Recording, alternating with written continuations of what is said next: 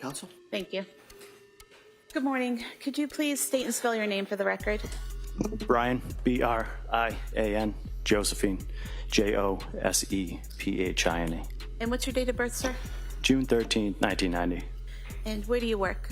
I work at the Duxbury Police Department. How long have you been a police officer? I started there in April of 2020. And did you work for the Plymouth Police before that? Yes, I did. And how long did you do that? Almost 5 years.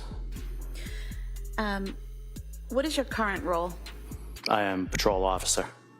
Back in January of 2023, what was your role with the Duxbury Police Department?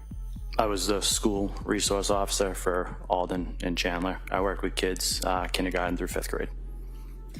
Directing your attention specifically to January 24th, 2023, were you working an overtime shift that day? Yes, I had picked up an overtime shift. And what shift was that? It was 4 to midnight, but I was scheduled to work till 8 p.m. 8 p.m.? Yes, ma'am. Okay. So you were scheduled to be there from 4 p.m. to 8 p.m., is that correct? That is correct. And you were in a cruiser, in a marked cruiser in a uniform? Yes, I was fully dressed in Duxbury Police uniform. I was in a marked cruiser, Duxbury Police 172. And did you receive a dispatch at approximately 6:11 p.m. to go to 47 Summer Street in Duxbury? Yes, we did. And when you say we, were you with a partner or were you alone? No, I was by myself. We ride single in a cruiser there. Okay. So when you say we, do you mean that it was dispatched to all officers on patrol? So usually with critical incidents calls, they put it over to dispatch and they'll say, Duxbury police cars, start making your way to a certain address. That way everyone can get there as quickly as possible. Okay. And so then you knew at that point to go to 47 Summer Street? Yes, ma'am. And approximately how long did it take you to get there? I would say anywhere from 3 to 4 minutes. So you were relatively close by when you received the dispatch? Yes, I was. Okay. And when you arrived at 47 Summer Street, what did you observe? Dispatch was giving me description of the house. It took probably 15 seconds for me to identify the house. Parked in the street. I saw the number of the house and I made my way. I believe it was a mudroom that I went to.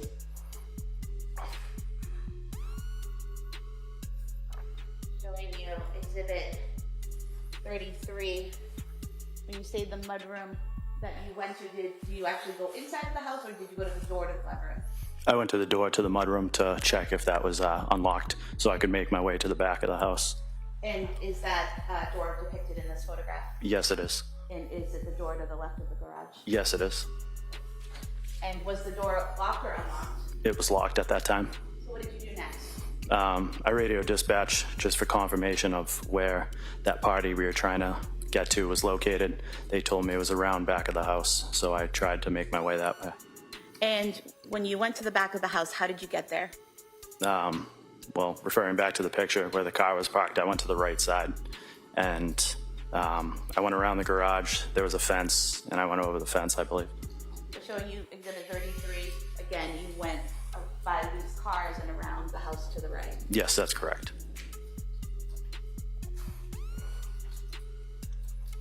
And showing you Exhibit 37,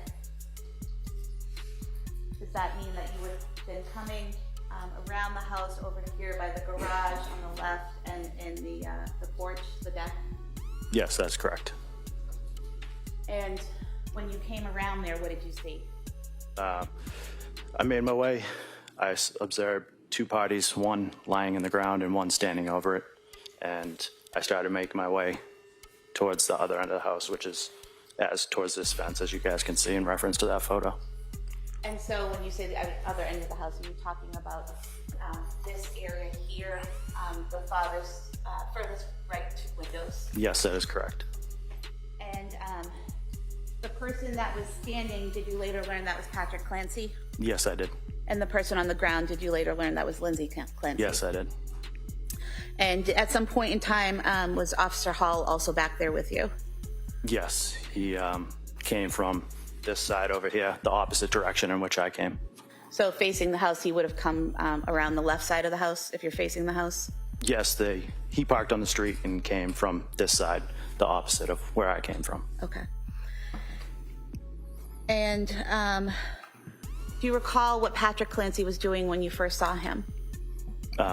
He was standing over Lindsay at that point. It appeared that he was trying to communicate with her.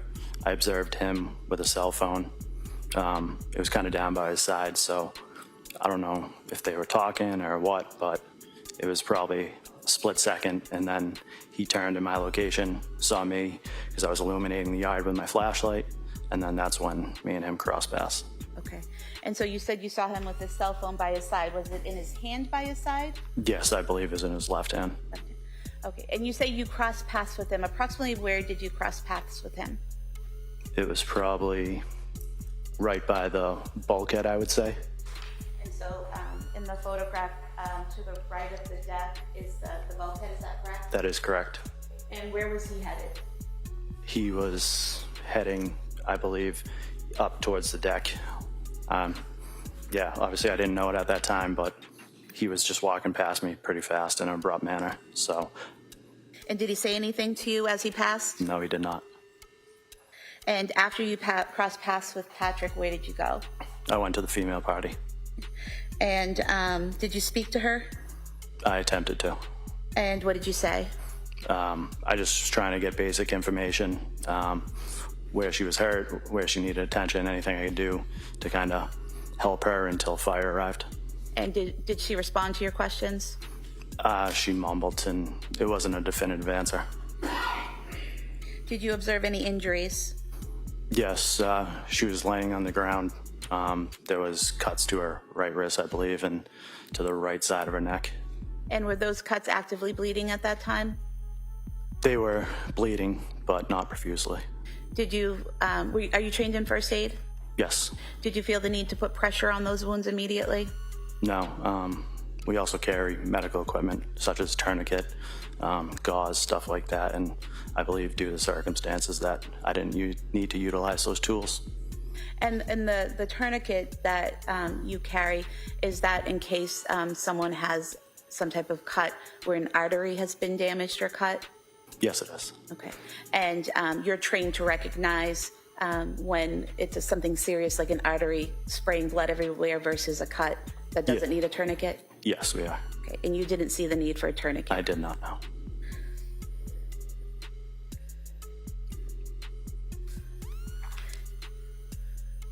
And based on your training in first aid and as a police officer, as a first responder, did those wounds appear life-threatening? No, they did not. Did other emergency personnel from the fire department begin to arrive? Yes, so I would say I tried to talk to Ms. Clancy for probably 30 seconds to a minute, and at that point, coming from that opposite side of the house, I observed Duxbury fire personnel show up, and our protocol is to kind of turn the medical over to them because they're more highly trained than we are. Okay. And at some point in time, do you hear something? Yes. What do you hear? Myself and Officer Hall were standing by that window, and we just started hearing loud screams. And what did you do when you heard those loud screams? We immediately were trying to figure out where they were coming from. I'm not sure if dispatch or something came over the air and said something about the basement, but we both just started making our way back towards the deck part of the house. Did you go in through the sliding glass doors? Yes, we went up the deck and through the sliding glass doors into the kitchen. And did you then head to the basement? Yes. Okay. And could you hear any sounds coming from the basement as you entered the kitchen? Yes, it was the exact screaming that I heard from the window. And did you go down the stairs to the basement? Yes, we did. And did you see anything as you went down the stairs, after you went down the stairs? So we went down the stairs, and there was a picture at the bottom of the stairs, I believe, of Lindsay and Patrick, and the basement splits off into two, a right and a left area, and the screams were coming from the right area, so that's where we directed our attention to first. Okay. And did you see Patrick? Yes. That right side opens up, and it's like 2 rooms, I believe. So we went into the first room, which was kind of dark, and there was some cluttered stuff around, and Patrick was in that back room at the time.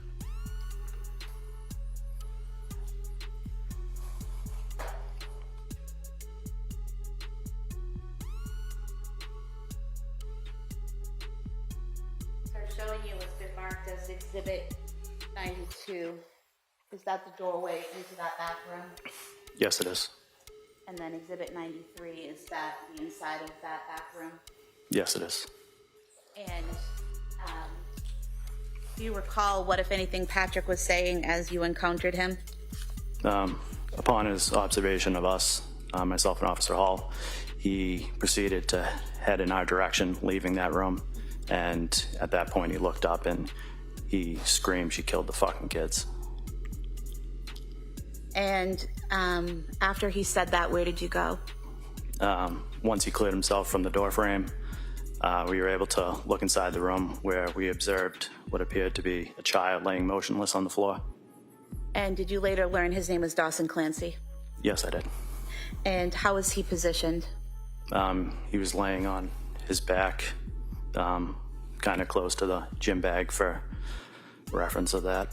Showing you Exhibit 93 again, you referenced the gym bag. Is that the bag to the left of the pack, the child's toy?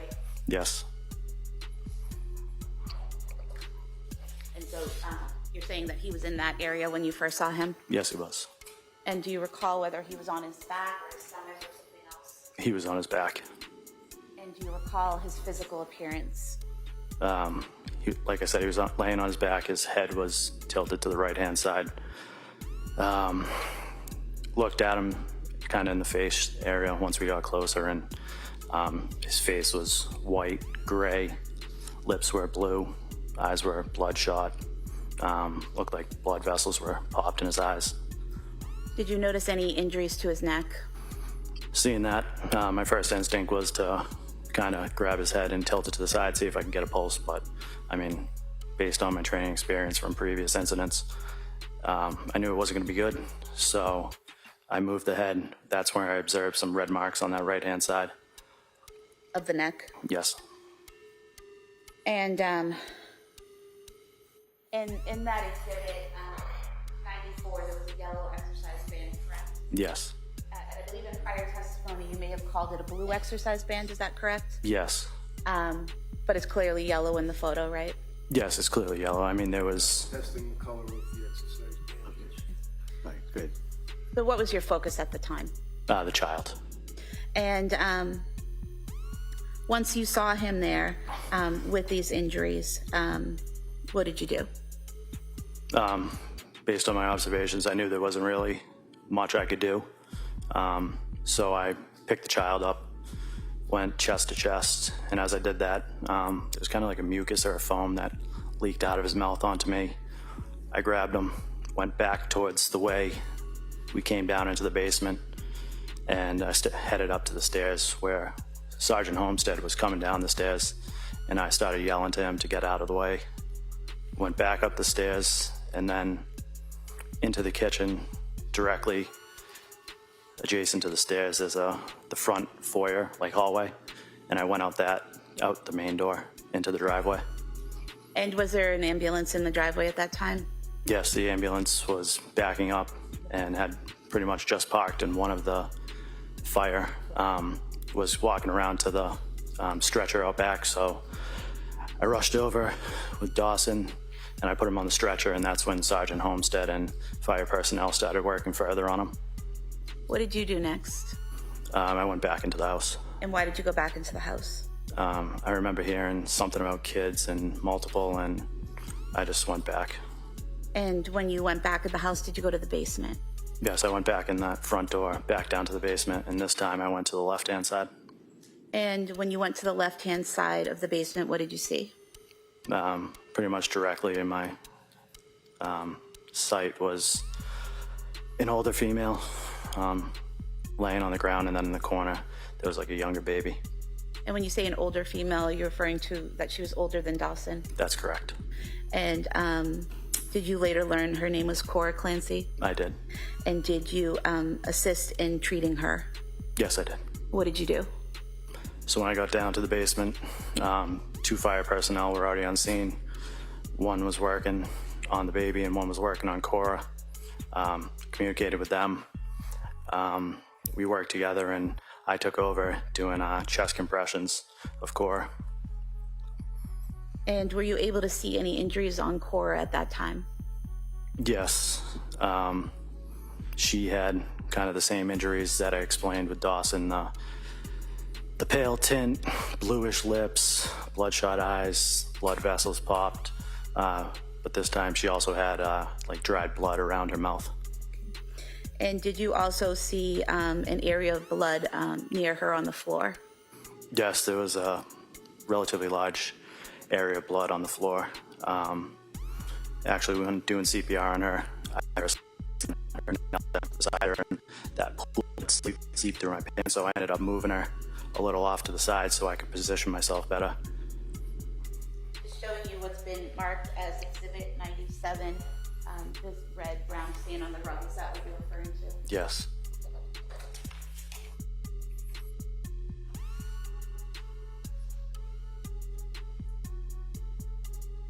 While you were doing chest compressions on Cora, what was the firefighter doing? The one that had previously been attending to Cora then went to the child that was in the corner. And eventually, was Cora put on a stretcher and brought out? Yes, eventually. I think the baby was brought out first, because I think they mentioned at some point they might have found like a faint pulse or something like that, so they got him out first, and then we were able to get Cora up. So that entire time while you're in the basement, are you still giving chest compressions to Cora? Yes. Yeah, I mean, it felt like forever, to the point where I think I radioed for assistance for another officer to come down. And did others come down to assist? Yes, Officer Cahill came down to further assist, where I continued with chest compressions, and he used a bag valve mask to give rescue breaths. And a bag valve mask, is that something that goes over someone's face, a mask that's attached to a bag and you squeeze it to give air? Yes, it's an alternative breathing apparatus. At some point, do you go back upstairs to the first floor? Yes. And do you encounter Patrick Clancy when you go upstairs? Yes, so when they removed Cora, myself and Officer Cahill went back upstairs, where I encountered Mr. Clancy in the kitchen. And what was his demeanor in the kitchen? He was still frantic, kind of in shock, still screaming and losing himself. And I think at that point, I don't know, one of us requested that we get an ambulance for him as well. Thank you, sir. Nothing further. Attorney Reddington? I'm sorry, I have no questions. All right. Thank you, sir. Thank you. Thank you.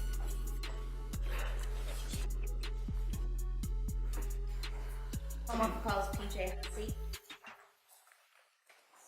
Your Honor, at this point I'm objecting. What stands out in this testimony is how quickly this went from a routine police response to an absolutely devastating scene. The officer begins by establishing the basics: who he is, where he worked, and why he was on duty that evening. But within minutes, we're following him to 47 Summer Street, where he says he encounters Patrick Clancy and Lindsay Clancy outside the home. And then the testimony takes a dramatic turn. The officer describes seeing Lindsay on the ground with injuries, while Patrick appeared to be moving toward the house. At that moment, the officer says he didn't yet understand the full picture. That's important because everything he was seeing was being interpreted in real time. Then come the screams from inside the house. The officer and another officer enter through the sliding doors and head toward the basement. And this is where the testimony becomes extremely difficult to hear.